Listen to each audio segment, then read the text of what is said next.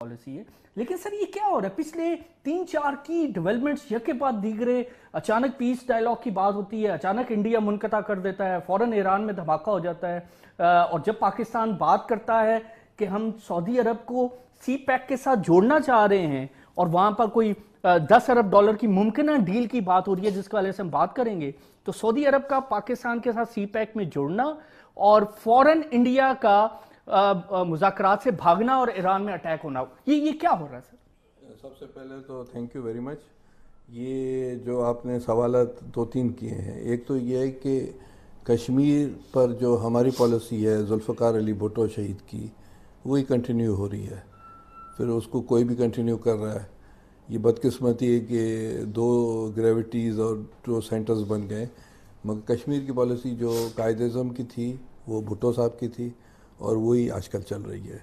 तो इसमें किसी को क्रेडिट ज़्यादा जाता नहीं है, वही चीज़ कंटिन्यू। कश्मीर में जनरली सबका कंसिस्टेंट मौक़िफ़ रहा है, यही सही है। मौक़िफ़। दूसरी बात यह है कि फलाने ने बात की, फलाने ने नहीं बात की। हर प्राइम मिनिस्टर ने कश्मीर की वही बात की जो हर कोई करता है।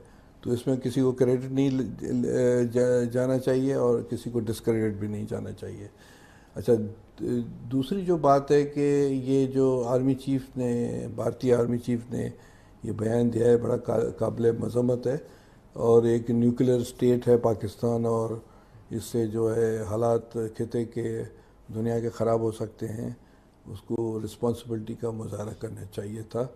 कश्मीर में जो कुछ वो कर रहे हैं वो उनको नहीं करना चाहिए और इस पर बहुत से बहस मुबाहिसे हुए हैं, रिपोर्ट्स आई हैं।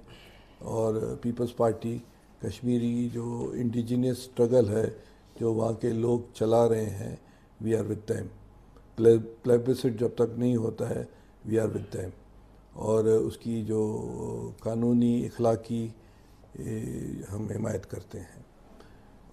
पाकिस्तान सारा हिमायत करता है, पीपल्स पार्टी क्या सारा स्टेट ऑफ पाकिस्तान हिमायत करती है। जहाँ तक ये जो कल